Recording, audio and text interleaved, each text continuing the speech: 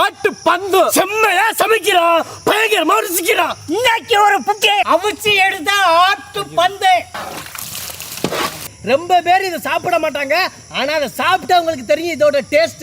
ஆட்டு வெரை 2 கேள்வி. இது நம்ம டெஸ்டோஸ்டிரானை இம்ப்ரூவ் பண்ணுமா? ரெண்டாவது, இது ஒரு நல்ல புரோட்டீன் சோர்ஸா வெயிட் லாஸ்ல யூஸ் பண்ணலாமா? இந்த மாதிரி கேள்விங்களுக்கு பதில் உங்களுக்கு சயின்டிபிக் பேசிஸ்ல ரெகுலரா வேணும்னா ஃபாலோ தட்டிக்கோங்க. எங்க 100 கிராம்ல 90 கேலரி தாங்க இருக்கு.